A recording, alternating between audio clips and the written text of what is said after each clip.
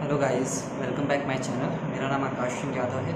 आज एक बहुत ही इम्पोर्टेंट टॉपिक पे हम बात करने वाले हैं। जो टॉपिक है हमारा वो है कि पेपर वन पे कौन से जो यूनिट्स हैं बहुत इम्पोर्टेंट हैं जिन्हें आप स्किप नहीं कर सकते हो, या बहुत इम्पोर्टेंट टॉपिक हैं जिन्हें आप बिल्कुल भी स्किप नहीं कर सकते हो। एंड इसके अलावा एक बहुत ही इम्पोर्टेंट अनाउंसमेंट भी करूँगा मैं वीडियो के लास्ट में, जो आपकी प्रिपरेशन के लिए काफ़ी हेल्पफुल होगी। अगर उस चीज़ को फॉलो करोगे तो आपका काफ़ी हेल्प होगी प्रिपरेशन में। तो चलो अब हम बात करते हैं सबसे पहले कि काफ़ी सारे लोगों ने, जब से मैंने अपना यूट्यूब चैनल स्टार्ट किया है तब से काफ़ी सारे लोगों ने मेरे से एक चीज़ पूछी है कि कौन सी यूनिट वो छोड़ सकते हैं। कोई मेरे से पूछता है कि रिसर्च मैथडोलॉजी की यूनिट छोड़ सकता है, उसकी डीआई अच्छी नहीं है या मैथ्स अच्छी नहीं है, मैथ्स की यूनिट छोड़ सकते हैं, या कोई और यूनिट छोड़ सकते हैं। तो आज इसी टॉपिक पे हम बात करेंगे कि पेपर फर्स्ट के लिए कौन सी यूनिट आप छोड़ सकते हो और किस यूनिट से थोड़ा कम आता है। मैं खुद भी जेआरएफ और नेट क्वालिफाई हूँ मैनेजमेंट में, तो अच्छा मैंने 3 बार मैंने एग्ज़ाम दिया हुआ। तो मैं आज अपना एक्सपीरियंस आपसे शेयर करूँगा कि आप कौन सी यूनिट छोड़ सकते हैं और आप कौन सी यूनिट बिल्कुल भी नहीं छोड़ सकते हैं, और कौन से जो टॉपिक हैं वो आपके लिए बहुत इम्पोर्टेंट हैं और कौन से टॉपिक हैं जो आपके लिए कम इम्पोर्टेंट हैं। चलो अब हम स्टार्ट करते हैं। पेपर फर्स्ट के जो 10 यूनिट्स हैं उन्हें मैंने 4 इक्वल पार्ट्स तो नहीं बोलूँगा, मैंने 4 पार्ट्स में डिवाइड किया हुआ है। तो जो फर्स्ट पार्ट है आपका जो है मस्ट इम्पॉर्टेंट, मतलब ये इतनी इम्पॉर्टेंट है आप इनको छोड़ ही नहीं सकते हो। इसमें मैंने 3 यूनिट रखी है। पहली आपकी है टीचिंग एप्टीट्यूड, दूसरी आपकी कम्युनिकेशन है, तीसरी आपकी आईसीटी है। देखो ये जो तीनों यूनिट्स हैं इन्हें बिल्कुल भी आपको नहीं छोड़ना है। उसका रीज़न ये है कि ये जो यूनिट्स हैं इतनी ज़्यादा टफ नहीं है, बहुत सिंपल हैं और बहुत सिंपल लेवल के क्वेश्चंस इनसे पूछे जाते हैं हर बार। अगर आप इनमें थोड़ा थोड़ा पढ़ लोगे तो फिर वो इनफ होगा इन तीनों के लिए। तो अगर हम टीचिंग एप्टीट्यूड की बात करें तो टीचिंग एप्टीट्यूड में जो इंपॉर्टेंट टॉपिक आपके हो सकते हैं लेवल ऑफ टीचिंग, जिसमें आपका memory, understanding and reflective, and characteristics of teaching, and इसके अलावा आपके जो स्वयं प्रवाह और जो मॉक है, एंड इसके अलावा आपका ऑनलाइन ये ऑफलाइन जो टीचिंग है वो आप पढ़ सकते हो, और जो इवोल्यूशन सिस्टम है वो भी बहुत इंपॉर्टेंट है टीचिंग एप्टीट्यूड के लिए। और टीचिंग एप्टीट्यूड पे कभी कभी मेमोरी बेस्ड भी क्वेश्चन आ सकते हैं जो बहुत सिंपल होते हैं। अगर आप थोड़ी भी अगर टीचिंग एप्टीट्यूड आपने पढ़ी है तो आप इजीली उन्हें कर सकते हैं। फिर हम बात करते हैं कम्युनिकेशन की। तो देखो कम्युनिकेशन एक ऐसी यूनिट है जो आपने कई बार पढ़ रखी होगी, जिन्होंने भी ज़्यादातर लोगों ने इसको 10th या 12th में पढ़ा होगा कम्युनिकेशन। जिन्होंने नहीं भी पढ़ा है तो इतना ज़्यादा टफ सब्जेक्ट नहीं, बहुत सिंपल सब्जेक्ट है। आप एक बार अच्छे से पढ़ोगे तो ईजिली चीज़ें आ जाएंगी। इसमें सिर्फ वही एक जो इम्पॉर्टेंट टॉपिक है वो कम्युनिकेशन के features, verbal non verbal communication, barriers of communication, and इसके अलावा जो उसका प्रोसेस है वो बहुत इंपॉर्टेंट है, एंड क्लासरूम कम्युनिकेशन। बस इतने 3 जो बहुत इंपॉर्टेंट 3 या 4 टॉपिक हैं उन्हें आप बिल्कुल भी मत छोड़ो, और कम्युनिकेशन को आप बहुत अच्छे से प्रिपेयर करो, क्योंकि यार ये एक ऐसा सब्जेक्ट है जिसे आप इजीली पढ़ सकते हो और इजीली कर सकते हो, ठीक है। फिर जो थर्ड में आता है वो आपका आईसीटी, जो कंप्यूटर से रिलेटेड है। कंप्यूटर भी आप लोगों ने, ज़्यादातर लोगों ने पढ़ी होगी, अगर नहीं भी पढ़ी होगी तो इसके भी बहुत बेसिक क्वेश्चन आते हैं जो आप इसको बिल्कुल भी मत छोड़ो, बिल्कुल भी इसको नहीं छोड़ना है। और आपको कोशिश ये करना है कि इसको भी बहुत अच्छे से प्रिपेयर करो। इसमें भी बेसिक अर्थमेटिकल, लॉजिकल यूनिट और कंट्रोल यूनिट और कीबोर्ड, और इसके अलावा इनपुट आउटपुट डिवाइसेस, बाइनरी से कभी कभी क्वेश्चन आ जाते हैं। इन्हीं टॉपिक से क्वेश्चन आते हैं जो कि सिंपल टॉपिक है, इन्हें आप अच्छे से प्रिपेयर कर सकते हो, ठीक है।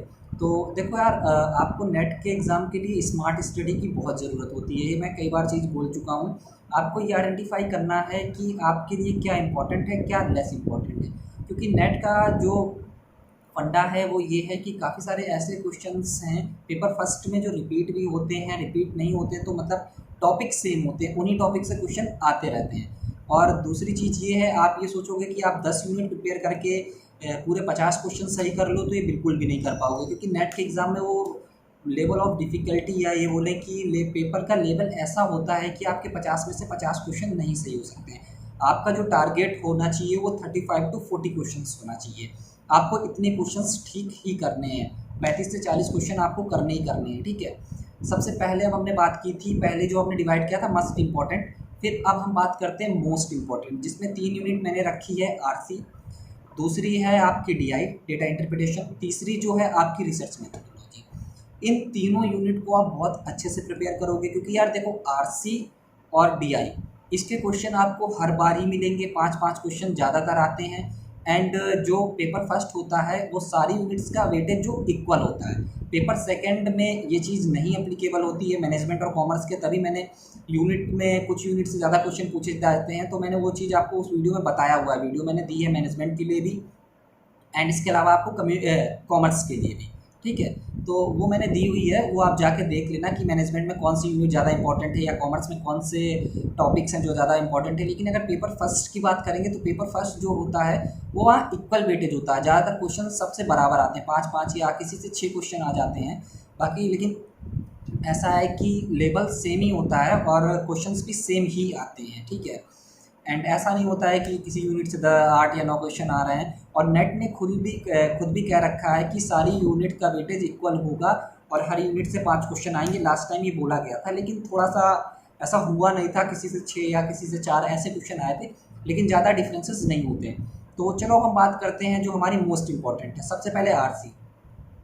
देखो आरसी के लिए आपको क्या करना है यार, देखो आरसी हर बार आता है, 4 से 5 क्वेश्चन हर बार इसमें पूछे जाते हैं। तो आपको कोशिश ये करना है कि आरसी की आप जितनी अच्छी से ज़्यादा प्रैक्टिस कर सको वो करो, क्योंकि आरसी की अगर आप प्रैक्टिस करोगे तो आपका आरसी बहुत अच्छे से होने लगेगा। जैसे जैसे आप प्रैक्टिस करते रहोगे वैसे वैसे आपकी जो रीडिंग स्किल्स हैं वो अच्छी होती रहेंगी।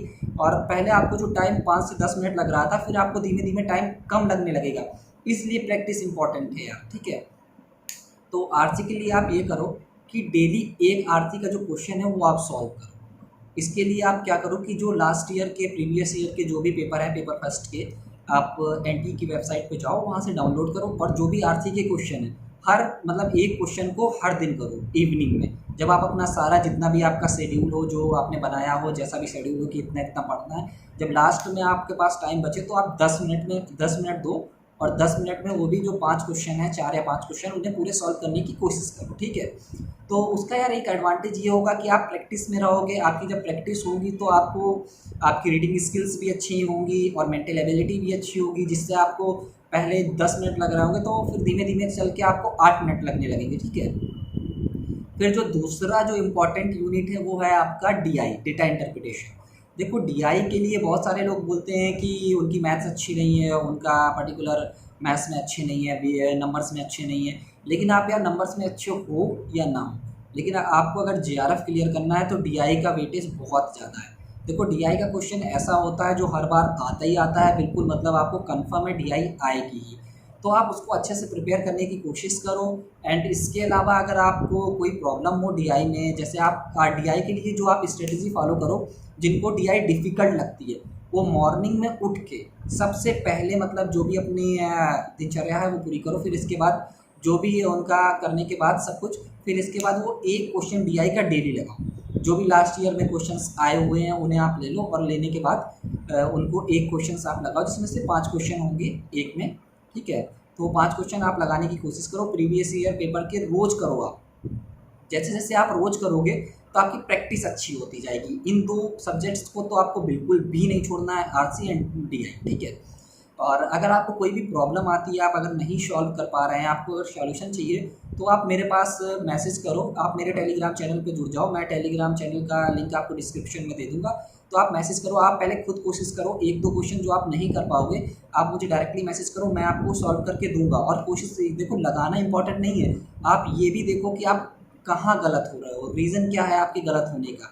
आप अपनी जो भी अपने आप को इवोल्यूएट करो, क्योंकि आपसे क्या मिस्टेक्स हो रही हैं जब आप डीआई लगा रहे हो, ठीक है।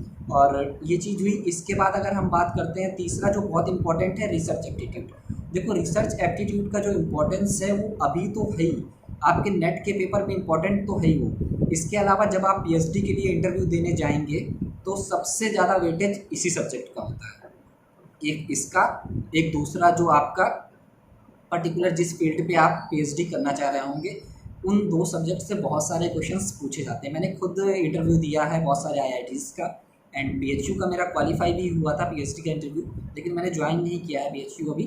तो ये आप कोशिश करो कि, और मैंने जब ये एक्सपीरियंस किया है कि जितनी भी मैंने आईआईटी जहाँ भी मैंने इंटरव्यू दिया है, तो रिसर्च मैथडोलॉजी का वेटेज सबसे ज़्यादा है, मान के चलो। इसके अलावा रिसर्च मेथोडोलॉजी का वेटेज आपको, अगर आप किसी कॉलेज का एंट्रेंस एग्ज़ाम दोगे तो सबसे ज़्यादा वेटेज होगा पीएचडी के लिए।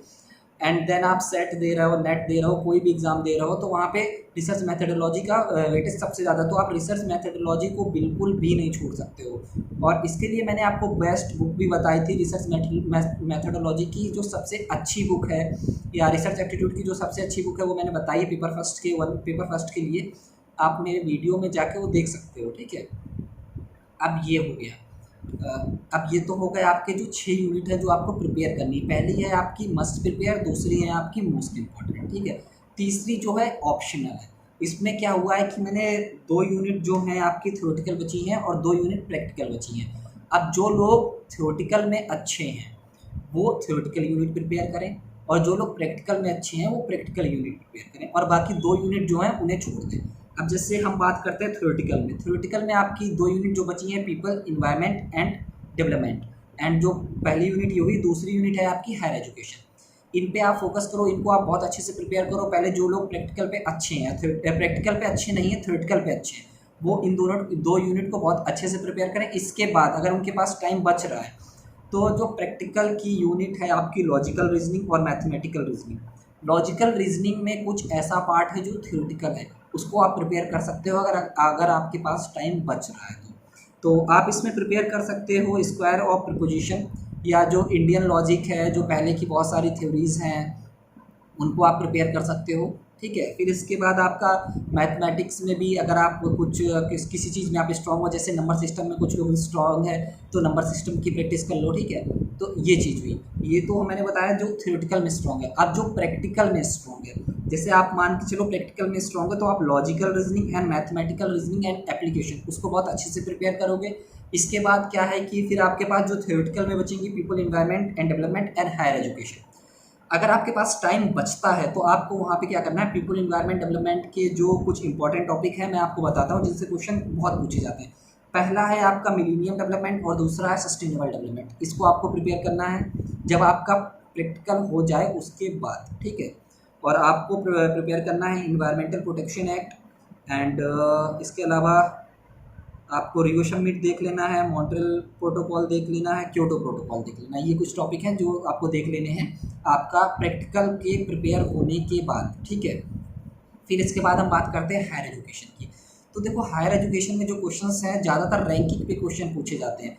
तो इसमें आप 1 या 2 क्वेश्चन जो रैंकिंग पे आते हैं उनको आप देख सकते हो। रैंकिंग के काफ़ी सारे जो यूनिवर्सिटीज़ की रैंकिंग है या जो कॉलेजेस की रैंकिंग है उन पे क्वेश्चन आते हैं। जो आपकी इस बार इंडियन एजुकेशन पॉलिसी जो है वो चेंज हुई है, उस पर भी एक ना एक क्वेश्चन ज़रूर आएगा। उस पर भी मैंने वीडियो बनाया है, आपके एग्ज़ाम के अकॉर्डिंग वीडियो बनाया है, जो चीज़ें इंपॉर्टेंट हैं जो आ सकती हैं तो आप उनको देख सकते हो, ठीक है।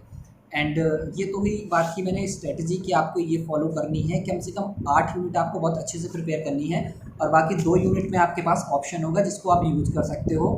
एंड ये आपको मैं बता चुका हूँ कि आप ये सोचोगे कि आप 10 की 10 यूनिट प्रिपेयर करने के बाद पूरा अच्छा स्कोर कर लोगे, 50 में से 50 क्वेश्चन सही कर लोगे, तो ये पॉसिबल नहीं है। तो आपको अपना स्मार्ट स्टडी का यूज़ करना है और आप कोशिश ये करनी है कि आप 8 यूनिट प्रिपेयर करो। 2 यूनिट आपकी जो ऑप्शनल है, अगर आप प्रैक्टिकल में अच्छे हो तो प्रैक्टिकल वाली पहले करो, फिर देन थ्योरेटिकल वाली 1-2 जो टॉपिक हैं उन्हें प्रिपेयर कर लो।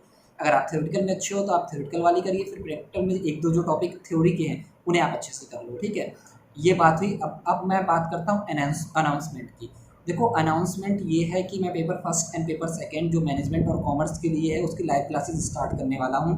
पेपर फर्स्ट में ये कोशिश करूँगा आपकी जो 5 इंपॉर्टेंट यूनिट है मैं कम से कम 5 यूनिट आपकी अच्छे से प्रिपेयर करवा दूँ। बिल्कुल स्टार्टिंग से स्टार्ट करूँगा एंड इस बिल्कुल बेसिक से स्टार्ट किया जाएगा। बेसिक से फिर आपको नेट के लेवल, फिर इसके बाद जो पीएचडी का लेवल है, पीएचडी में जो क्वेश्चन पूछे जाते हैं जब आप इंटरव्यू देने जाओगे उनको भी मैं इंक्लूड करूँगा।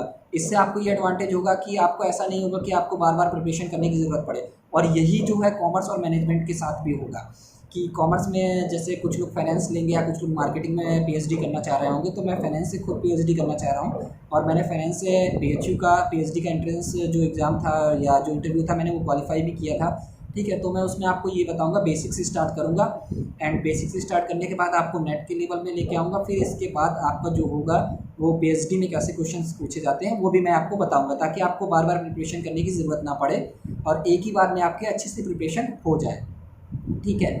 एंड इसके अलावा मैंने 15 अगस्त से स्टार्ट किया है, जो स्टार्ट करूँगा मैं पहला जो टॉपिक है वो आपका कैपिटल बस्टिंग है पेपर 2 के लिए, जो कि मैनेजमेंट और कॉमर्स के लिए है।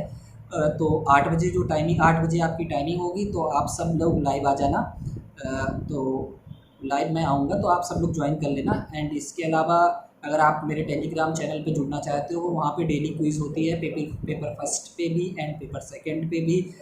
इसके अलावा आपका जो भी डाउट होता है वो भी वहाँ क्लियर किया जाता है, तो आप जुड़ सकते हो टेलीग्राम चैनल पे। मैं डिस्क्रिप्शन में उसका लिंक दे दूँगा आपको। एंड चैनल को सब्सक्राइब करो, लाइक करो, और भी बहुत अच्छे अच्छे वीडियो आएंगे।